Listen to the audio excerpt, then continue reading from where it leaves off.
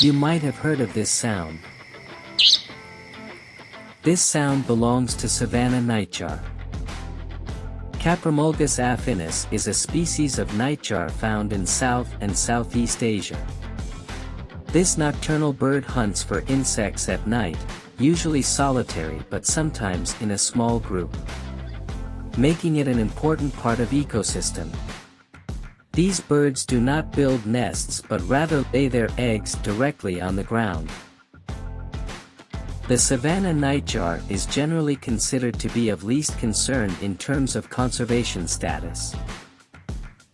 Its wide distribution and adaptability to various habitats contribute to its relatively stable population. And now you know.